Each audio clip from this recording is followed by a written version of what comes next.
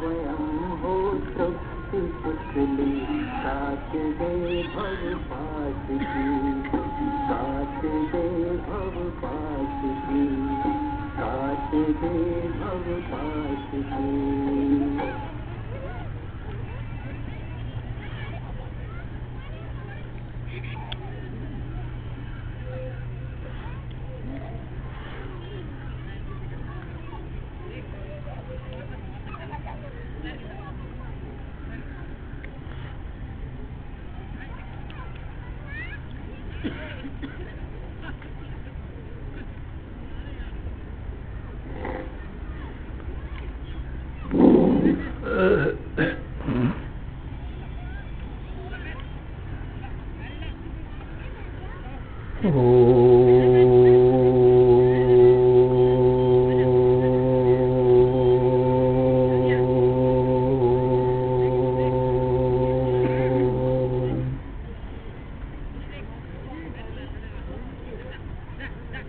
नमोस्तु रामाय स लक्ष्मणाय देव्यै च तस्यै जनकात्मजायै। नमोस्तु रुद्रेन्द्रयमानिलेभ्यो, नमोस्तु चन्द्रार्कमरुद्गणेभ्यः, नमोस्तु अनन्ताय सहस्रमूर्तये, सहस्रपादाक्षिशिरोरुबाहवे, सहस्रनाम्ने पुरुषाय शाश्वते, सहस्रकोटियुगधारिणे नमः। यस्मिन् इदं यतश्चेदं, येनेदं य इदं स्वयं, यो अस्मात् परस्माच्च परः, तं प्रपद्ये स्वयंभुवम्। ओम नमो ब्रह्मादिभ्यो ब्रह्म विद्या संप्रदाय कर्तृभ्यो वंश ऋषिभ्यो महद्भ्यो नमो गुरुभ्यः। सर्वोपप्लवरहितः प्रज्ञानघनः प्रत्यगर्थो ब्रह्मैवाहमस्मि।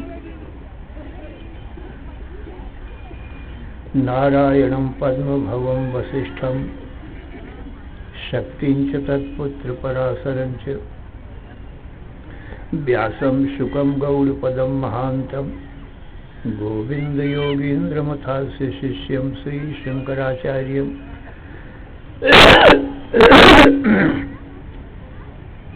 अथास्य पद्मपादं च हस्तामलकं च शिष्यं, तन्त्रोटकं वार्तिककारमन्यान् अस्मद्गुरून् सन्ततमानतोऽस्मि। श्रुतिस्मृतिपुराणानाम् आलयं करुणालयं, नमामि भगवत्पादं शङ्करं लोकशङ्करं। शङ्करं शङ्कराचार्यं केशवं बादरायणं, सूत्रभाष्यकृतौ वन्दे भगवन्तौ पुनः पुनः। ईश्वरो गुरुः आत्मेति मूर्तिभेदविभागिने, व्योमवद्व्याप्तदेहाय दक्षिणामूर्तये नमः। अशुभानि निराचष्टे तनोति शुभसन्ततिं, स्मृतिमात्रेण यत्पुंसां ब्रह्म तन्मङ्गलं परम्। अतिकल्याणरूपत्वान् नित्यकल्याणसंश्रयात्, स्मर्तॄणां वर्धत्वाच्च ब्रह्म तन्मङ्गलं विदुः। ओङ्कारश्चार्थशब्दस्य द्वैतो ब्रह्मणा पुरा कंठं भित्त्वा विनिर्यातौ, तस्मान् माङ्गलिकौ उभौ। ओम तत्सत् परब्रह्मणे नमः। श्री राम जय जय राम, श्री राम जय जय राम, श्री राम जय जय राम, श्री राम जय जय राम। धर्म की अधर्म का, प्राणियों में विश्व का, हर हर महादेव।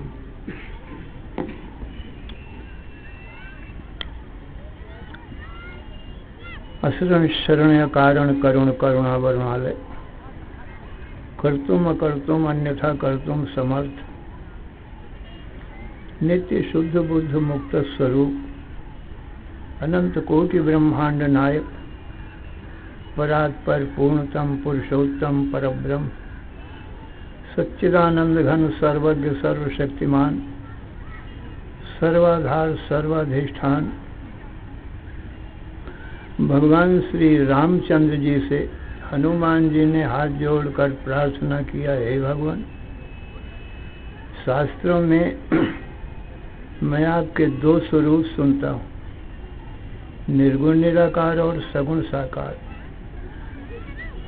तो सगुण साकार की तो मैं सेवा करता हूँ, दर्शन करता हूँ, पर आपके निर्गुण निराकार स्वरूप को मैं नहीं जानता हूँ। और ये भी सुनता हूँ कि आपके निर्गुण निराकार स्वरूप के जानने मात्र से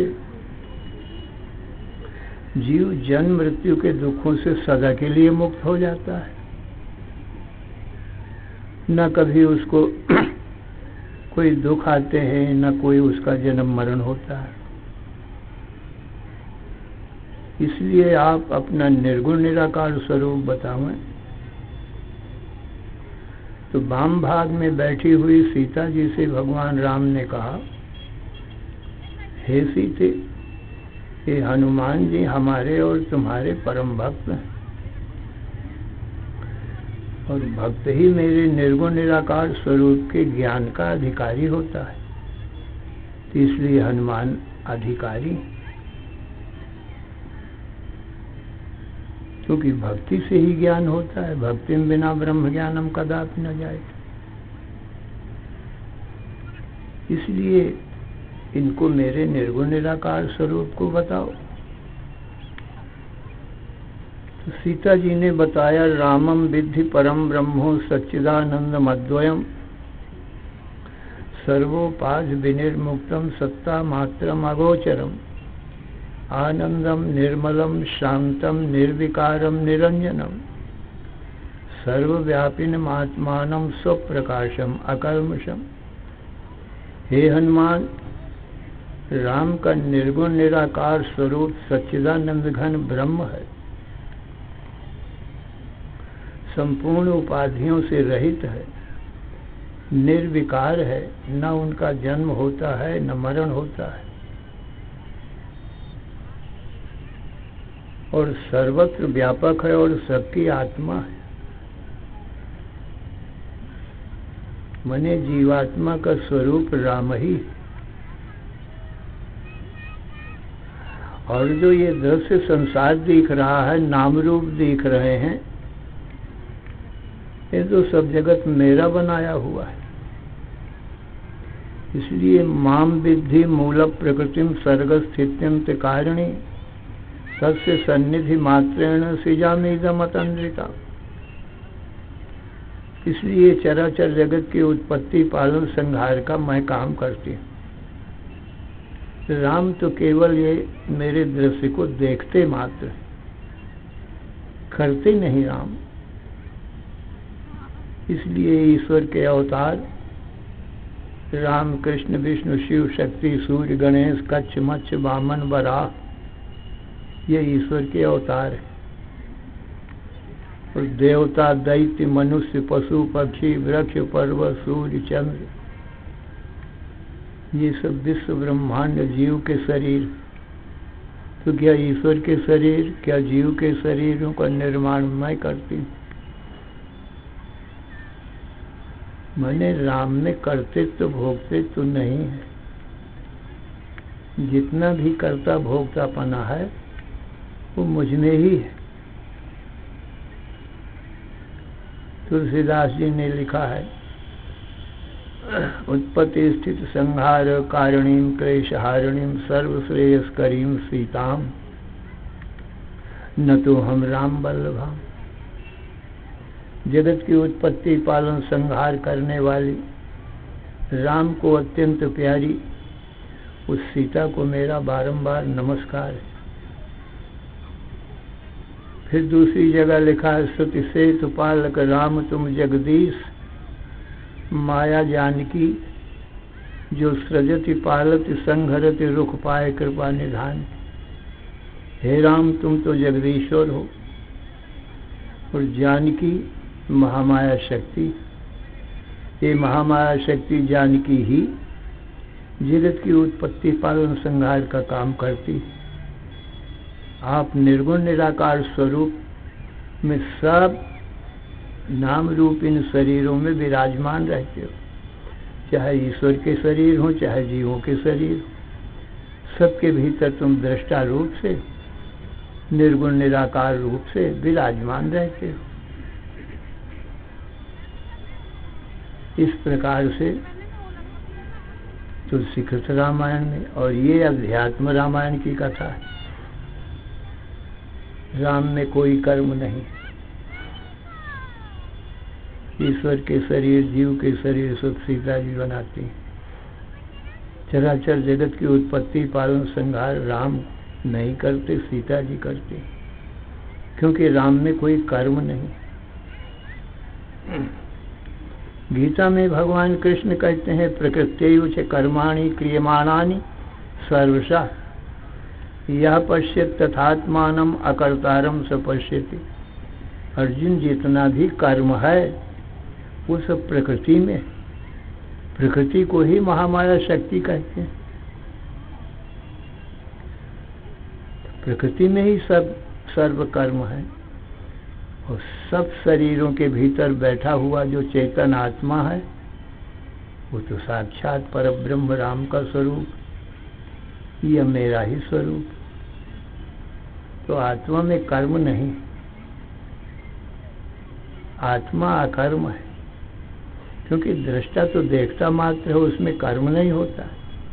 कर्म तो देह इंद्रिय मन बुद्धि प्राणों में होता है। तो ये सीता के बनाए भाई,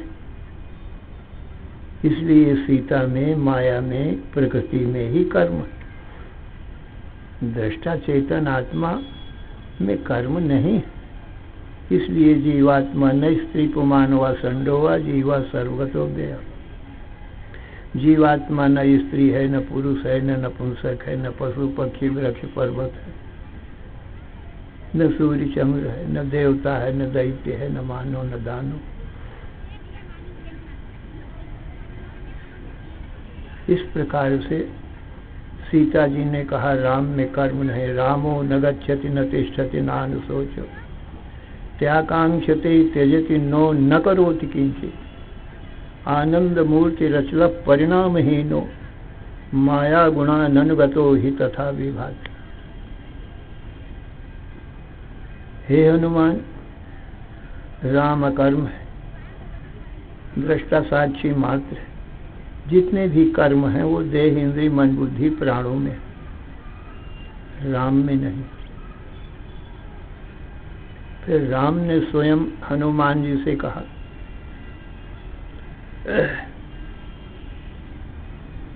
ततो रामः स्वयं प्राह हनुमंतम उपस्थितम शृणु तत्त्वं प्रवक्ष्यामि आत्मानात्म परात्मनाम। हे हनुमान, सुनो, मैं आत्मा परमात्मा और अनात्मा का स्वरूप तुमको बताता हूँ।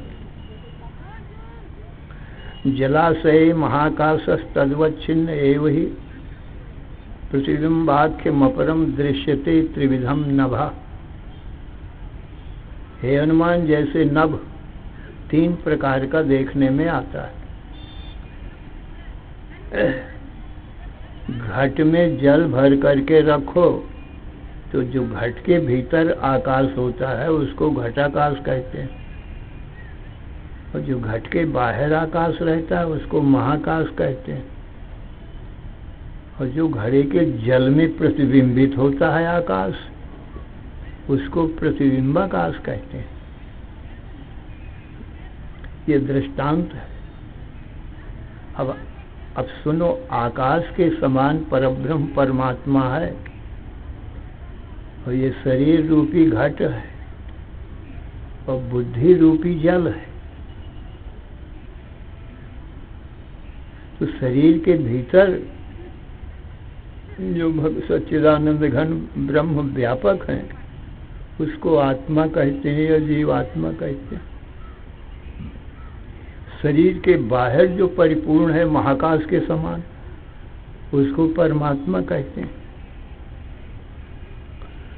और जो बुद्धि रूपी जल में प्रतिबिंबित होता है उसको प्रतिबिंबाकाश कहते हैं। इस प्रकार से जो वो अनात्मा है वो सत्य नहीं। जीवात्मा और परमात्मा का तो एक केवल शरीर के भीतर बाहर का ही भेद है, पर आत्मा परमात्मा अखंड है। जैसे घटाकाश और महाकाश अखंड है, वो एक ही नाम मात्र का भेद है। पर प्रतिबिंबाकाश मिथ्या,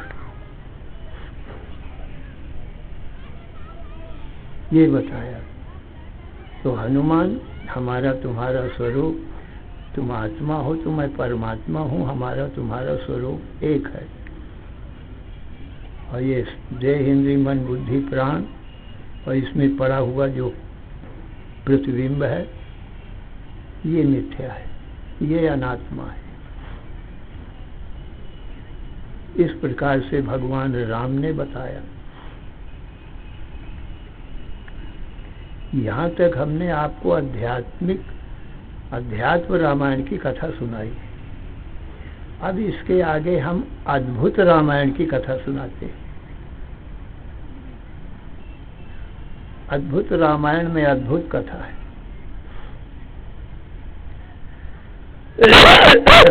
भगवान राम का जन्म सीता ने किया, विवाह सीता ने किया, क्योंकि जगत की रचने वाली और सारे कर्म तो सीता में ही है ना। राम का शरीर, दशरथ का शरीर, कौशल्यादियों का शरीर, उधर जनक का शरीर और उनकी नगरी तो सीता का बनाया हुआ है ना। तो दृश्य जगत के अंतर्गत है ना। इसलिए सीता जी कहती है राम का जन्म मैंने किया। अयोध्या से जनकपुरी जाना, मेरे साथ में पाणी ग्रहण करना, फिर अयोध्या आना, ये सब काम मेरा किया हुआ है। फिर वन गमन होना, माया सीता का हरण होना, फिर राम रावण का युद्ध होना, परिवार सहित रावण को मार करके पुष्पक विमान में बैठ करके फिर अयोध्यापुरी में आना।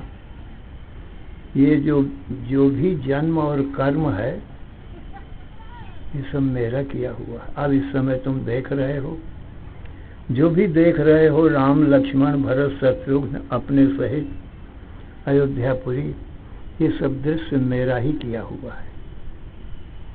राम में कोई कर्म नहीं है, न राम का भी दृश्य होते। ये सब बताया, परंतु फिर भी जब राम आए अयोध्यापुरी में तो सभी ऋषि मुनि देवता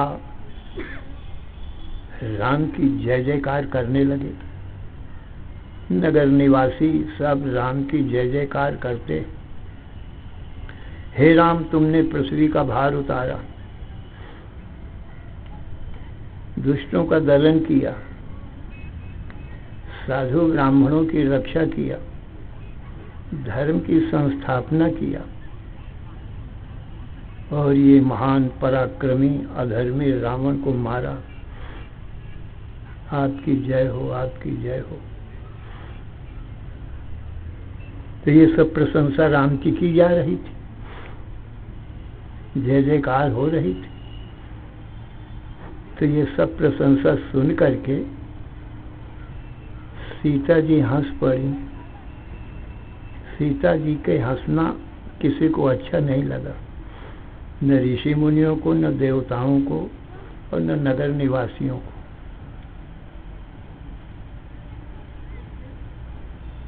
ये सीता किस प्रकार से हमारा सबका अनादर करके और हंस रही है। सीता जी ने भी देखा कि सबको मेरा हंसना अच्छा नहीं लगा है, तो सीता जी ने हाथ जोड़ करके कहा, हे राम, हे ऋषियों, हे मुनियों, हे देवताओं, जो राम की तुम प्रशंसा कर रहे हो कि ये 10 मुख रावण को आपने मारा, सो ये सत्य नहीं है।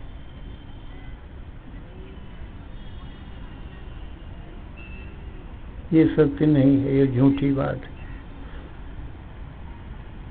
कहा कैसे झूठी? सीता जी ने कहा भी पृथ्वी का भार नहीं उतरा। क्यों? कहा एक सहस्र मुख रावण है, उसका नाम भी रावण है, पर उसके 1000 मुख हैं, 2000 भुजाएं हैं। ये तो 10 मुख रावण था, अभी 20 भुजाएं थी। अभी इतना बड़ा रावण तो मौजूद है, और वो रहता है पुष्कर द्वीप में, और सभी देवताओं को, दैत्यों को अपने बस में कर रखा है। हाहाकार मचा हुआ है, तो वो मौजूद है। तो अभी पृथ्वी का भार कहाँ उतरा? तो उसी समय राम ने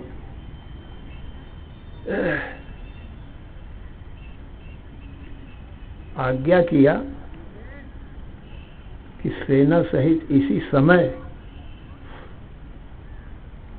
पुष्कर द्वीप के लिए हमारी सब सेना रवाना हो।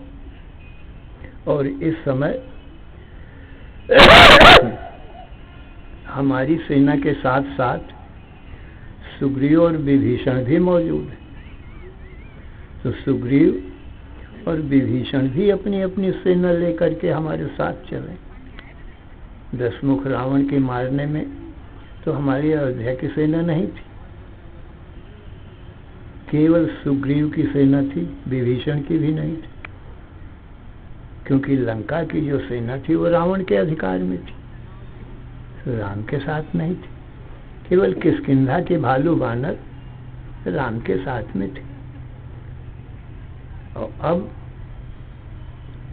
लंका की सेना, लंका का राजा विभीषण है, उनकी सेना, और सुग्रीव की सेना किष्किंधा की, और हमारी अयोध्या की सेना, और हमारे सभी भाई लक्ष्मण, शत्रुघ्न, भरत,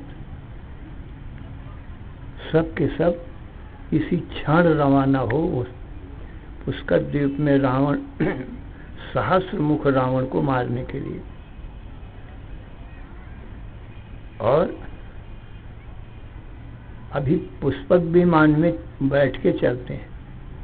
जो पुष्पक विमान था वो बहुत बड़ा विमान था, और इच्छा अनुसार छोटा बड़ा बन जाता था, और उसकी गति मन की गति के समान तेज थी। मन कितना तेज है, क्षण मात्र में कहाँ स्वर्ग लोक, वैकुंठ लोक, सब लोकों में सैर करता है। काशी, कश्मीर, कलकत्ता, बंबई 1 मिनट में पहुंच जाता है। ऐसी गति वाला, ऐसी जिसकी तीव्र चाल है, वो पुष्पक विमान है। इसलिए तुरंत चलो। सारी सेना उसी पुष्पक विमान में बैठ करके, राम, लक्ष्मण, भरत, शत्रुघ्न और सीता भी सब के सब बैठ करके तुरंत पुष्पक विमान में बैठ करके और पुष्कर क्षेत्र पहुंच गई। पुष्कर क्षेत्र में पहुंच करके भगवान राम ने अपने धनुष की प्रत्यंचा चढ़ा करके और टंकार किया। उस टंकार से पुष्कर द्वीप हिलने लगा, पृथ्वी भी हिलने लगी, सब पर्वत हिलने लगे। इतना भयंकर शब्द हुआ।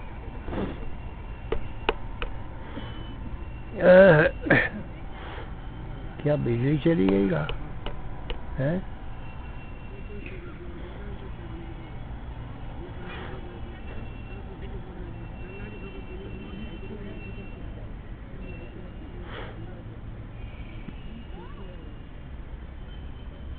गया कोई?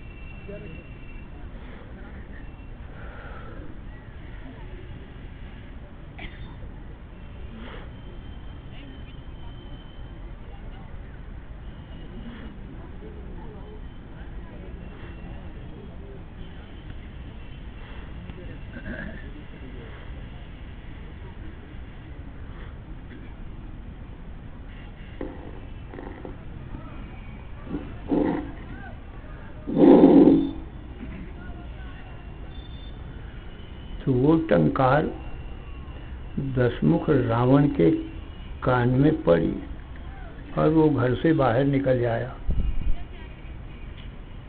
और कहा, ये टंकार किसके धनुष की है, किसने किया है, यहाँ किसका साहस हो गया पहुंचने का? क्यों उस पुष्कर द्वीप में कोई मनुष्य पहुंच नहीं सकता था, और ये कहाँ से आ गई, आवाज कहाँ से आई? तो उस समय आकाशवाणी भई कि ये टंकार धनुष की है और इसके टंकार के करने वाले राम लक्ष्मण दशरथ के पुत्र हैं, जिन्होंने तुम्हारे छोटे भाई दशमुख का हनन किया है, दशमुख को मारा है, वो हैं। ये सुनते ही कि मेरे भाई को मारने वाले ये हैं, ये सहस्त्रमुख रावण आग बबूला हो गया और क्रोध में आकर बाणों की वर्षा करने लगा और इधर से राम और राम की सेना से भी बाणों की वर्षा होने लगी। भयंकर युद्ध होने लगा।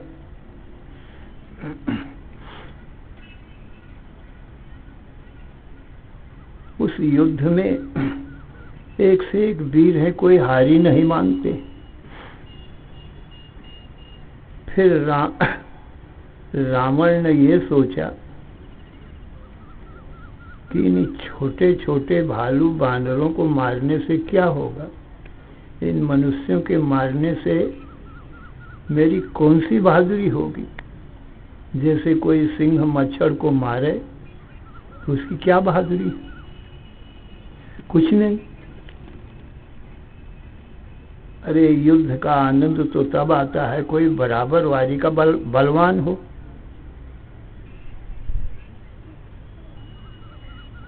परंतु इनके मारने से क्या होगा, कोई बराबर वाला नहीं दिखता। हाँ, एक राम है, इसलिए और ये मनुष्य भालू बानरों को मारना मेरा बेकार है। तो उसने क्या किया, वायव्य बाण चलाया, माने वायु का बाण, जिससे वायु चलने लगे, आंधी चलने लगे, उस बाण का प्रयोग किया। उस बाण के चलाने से क्या हुआ कि जितनी अयोध्या की सेना थी वो अयोध्या पहुंच गई, भाइयों सहित और ऋषियों सहित।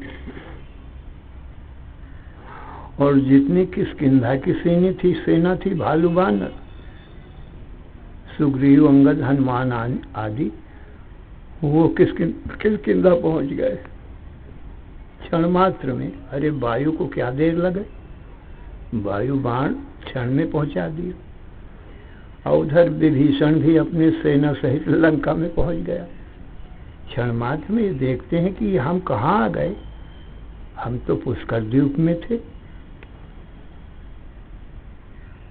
अब राम अकेले रह गए, केवल उस पुष्पक विमान में एक सीता जी और राम जी दो ही रह गए और कोई नहीं। तो सब बहुत घबरा रहे कि ये कैसा चमत्कार हुआ, हम कैसे ये अपने घर में आ रहे हैं, ये क्या चमत्कार देख रहे हैं। फिर सज्जनों, राम और रावण का युद्ध होने लगा, भयंकर जब युद्ध होने लगा, पृथ्वी कांपने लगी। परंतु कोई हार ही नहीं मानता है, दोनों बराबर के बलवान।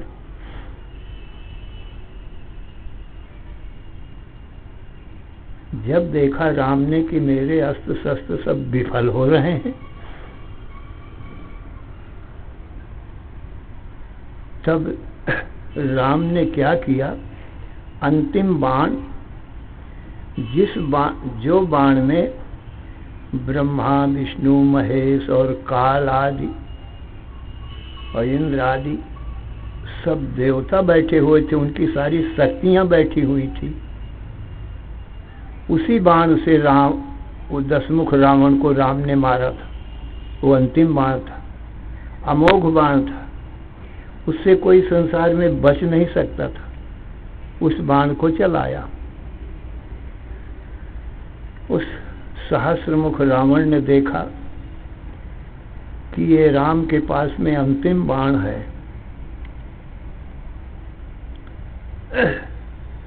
तो रावण ने क्या किया कि उस सन्मुख आते हुए बाण को अपने बाएं हाथ से ऐसे पकड़ लिया और जंघा में दबा करके तोड़ के 2 टुकड़े करके फेंक दिया। सब देवताओं को आश्चर्य हुआ कि अरे, ये अमोघ बाण किसकी शक्ति थी कि ये हाथ से पकड़ ले और जंघा में दबा करके तोड़ देवे? ये अपार शक्ति। आश्चर्यचकित हुए। फिर रावण ने एक बाण मारा जो राम की छाती में लगा जाकर के, और छाती को भेदन करके फिर पृथ्वी में समा गया और राम मूर्छित होकर के उसी पुष्पक विमान पर गिर पड़े।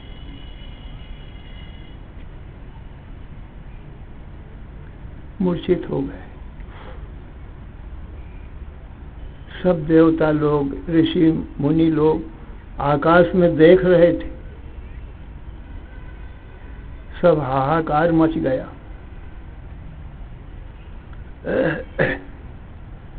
राम बेहोश पड़े।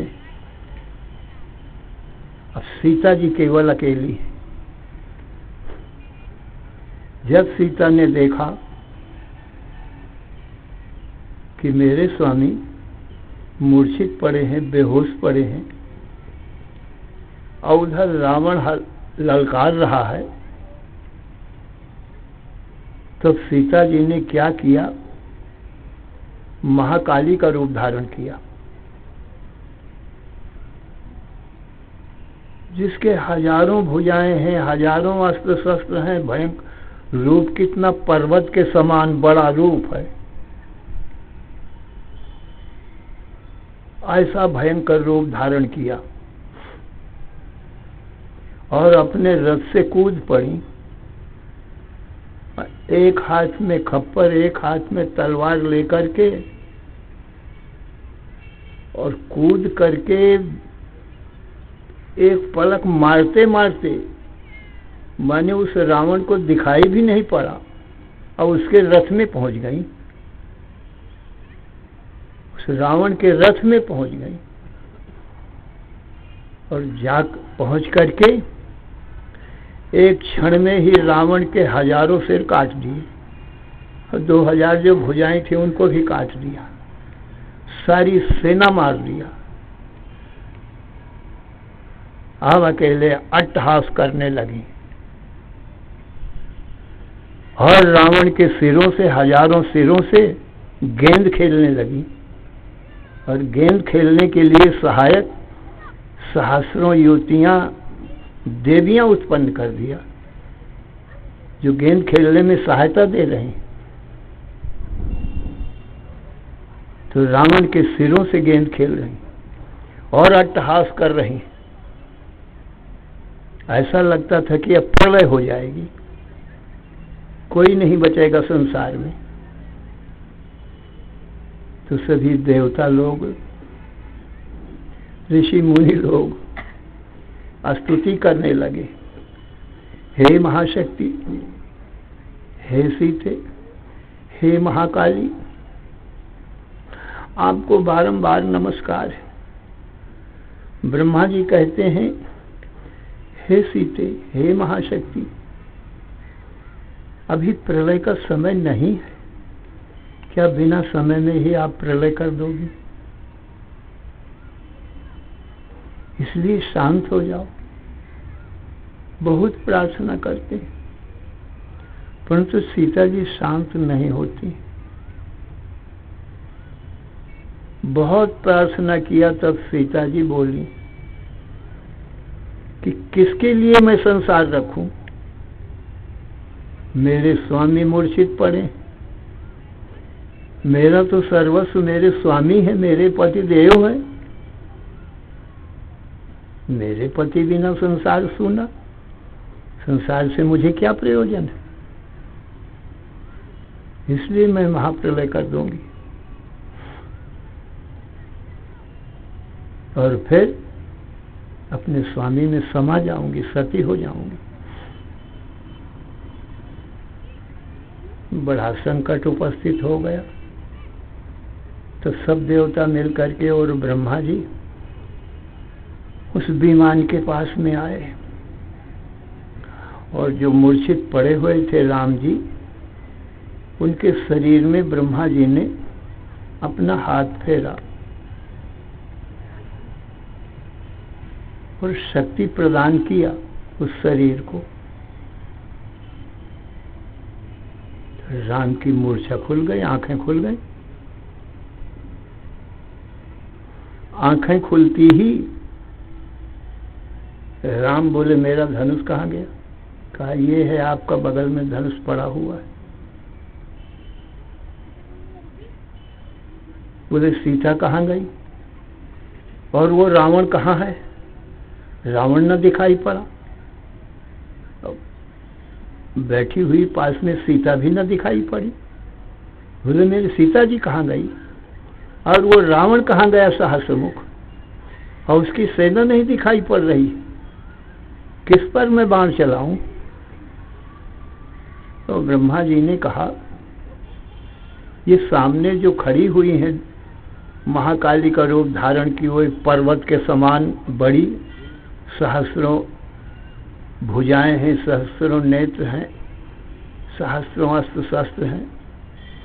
ये सीता जी का रूप है, महाकाली का रूप धारण किया है। जब आप मूर्छित हो गए रावण के बाण से, तब सीता जी ने काली का रूप धारण किया है और क्षण में रावण के रथ में जाकर के तलवार से उसके हजारों सिर सब काट दिए, 2000 हाथ भुजाएं काट दी और उसकी सारी सेना का संहार कर दिया क्षण मात्र में। अब ये रावण के सिरों से गेंद खेल रही हैं और तमाम ये देवियां सीता जी ने उत्पन्न किया है, जो गेंद खेलने में सहायता कर रही हैं और अट्टहास कर रही हैं, जिससे पृथ्वी कांप रही है, प्रलय होने को है। तो प्रभु इस सीता जी को किसी प्रकार से शांत करो। उस रूप को देख के सबको डर लगता था। राम भी सीता जी की स्तुति करने लगे।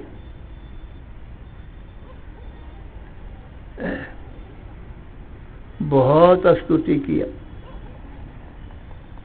और कहने लगे कि सभी देवता और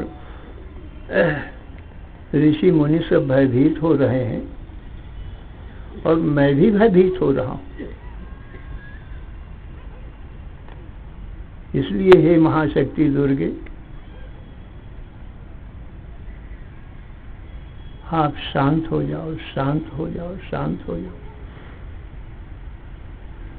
बहुत स्तुति करने के बाद सीता जी ने कहा, वरम ब्रूहि, वर मांगो, क्या चाहते हो? राम ने कहा, यदि हमको वर देती हो तो अपने उसी रूप में आ जाओ जो मेरे साथ में पहले था। अपने उसी सीता के रूप में आ जाओ, मनुष्य रूप में आ जाओ। ये काली का तो दिव्य देवी का रूप है, क्योंकि ये देवी तो जगत की उत्पत्ति पालन संहार करती है।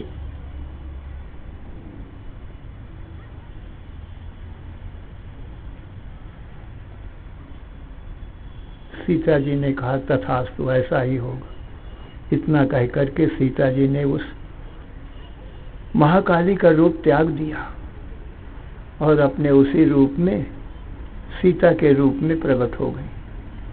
तब सबको शांति आई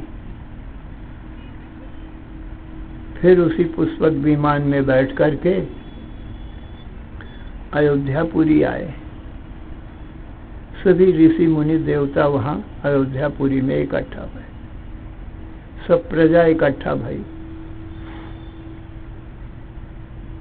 फिर सीता जी ने कहा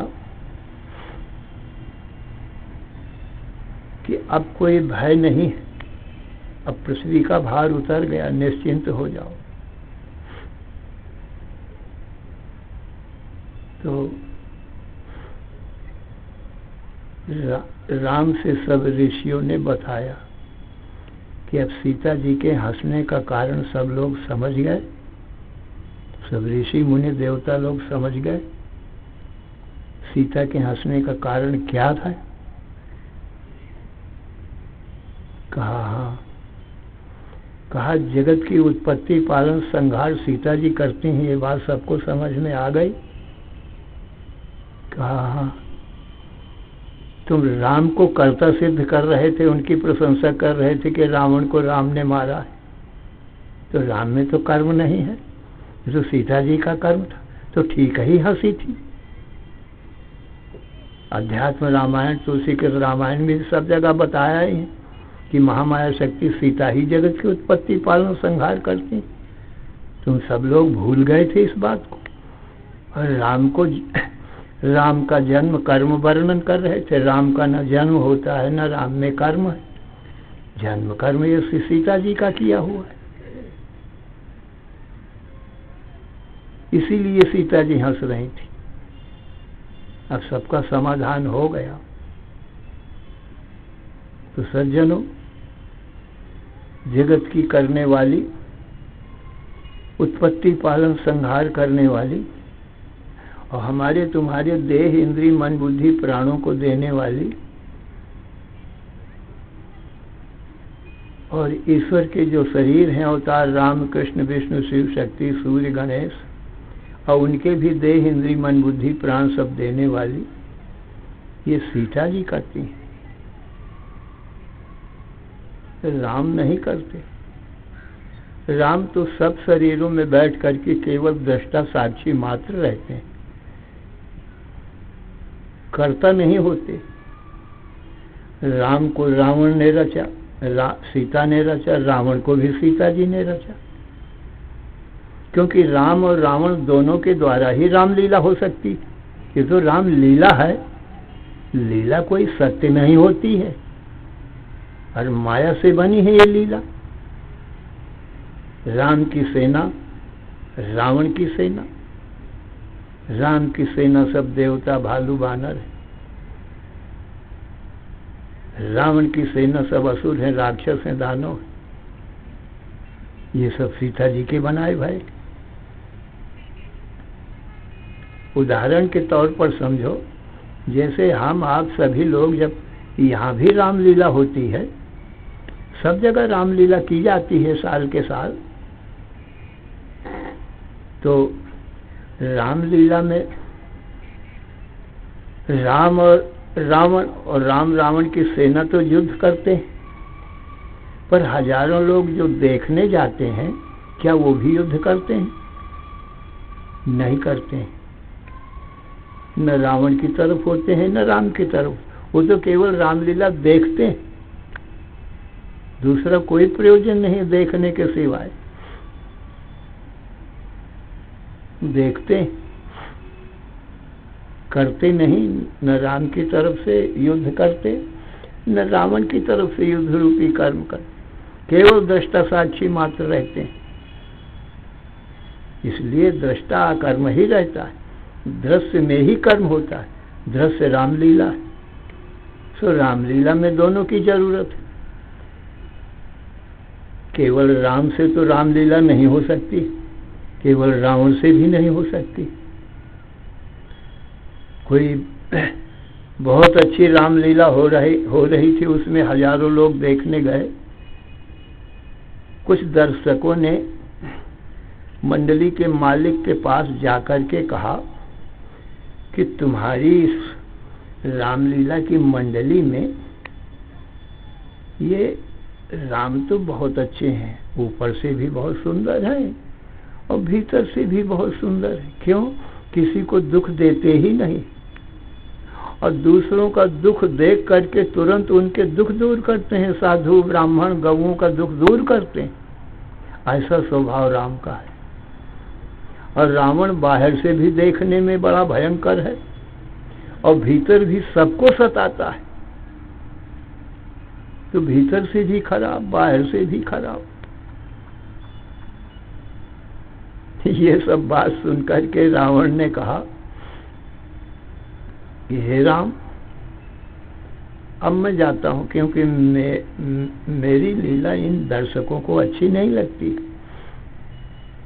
क्योंकि मैं खराब हूं भीतर बाहर से। इसलिए आप अपने सब अच्छे अच्छे लोग मिल करके अपनी लीला कर लो। अब रावण चला जाता है तो रामलीला केवल राम की पार्टी से नहीं हो सकती। तब राम ने कहा, भैया रावण, तुम्हारे बिना तो मेरी लीला हो ही नहीं सकती। मैंने जो ये लीला की है इस श्रुति के आधार पर किया है, यतो धर्मस्ततो जया।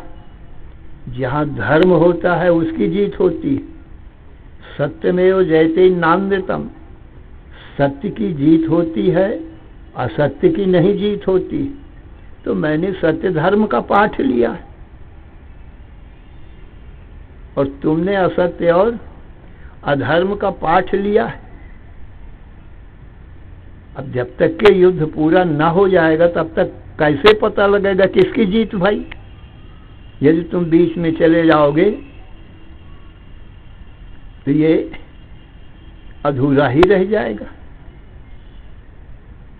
इसलिए ये शिक्षा देने के लिए लीला की जा रही है। इस लीला में राम रावण का युद्ध हुआ तो राम सत्य धर्म का पाठ ले रहे हैं। रामो विग्रहवान धर्म, और रावण ने अधर्म का पाठ लिया है। भीतर से अच्छे बुरे नहीं है कोई दोनों में। ये तो धर्म की और सत्य की जीत होती है, इस बात को बताने के लिए ये लीला कर रहे हैं केवल। और असत्य अधर्म हार जाता है, इसलिए रावण ने अधर्म और असत्य का पाठ लिया है। अपने पाठ से दोनों विचलित नहीं भय। हजार समझाया रावण को सब लोगों ने कि तुम सत्य के विपरीत असत्य का काम कर रहे हो, अधर्म कर रहे हो तुम। वो कहता था तुम मुझको समझाने को रहने दो, मेरे गुरु मत बनो, मैं जो कर रहा हूं वही ठीक है।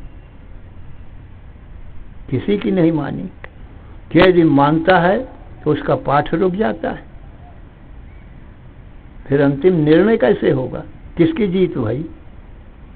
इसलिए अंतिम में सत्य धर्म की जीत भाई, माने सत्य धर्म का पाठ राम ने लिया था। राम की जीत भाई माने सत्य धर्म की जीत भाई। अधर्म और असत्य की हार भाई। रावण ने असत्य और अधर्म का पाठ लिया था। केवल इतना ही शिक्षा देना था, यही संपूर्ण रामलीला का सार है। और न रावण खराब है न राम अच्छे हैं, दोनों एक से हैं। इसलिए सज्जनों, यदि युद्ध रूपी कोई कर्म है भी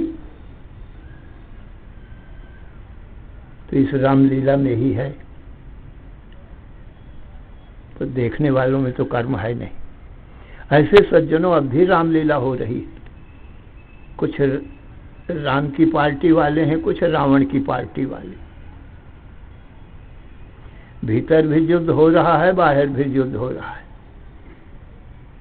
अध्यात्म, अधिदैव और अधिभूत, देवलोक में और दैत्यों के लोक में जो हो रहा है वो अधिदैव युद्ध हो रहा है, दैवासुर संग्राम। और अनादिकाल से, जब से सृष्टि है तब से युद्ध चला आ रहा है।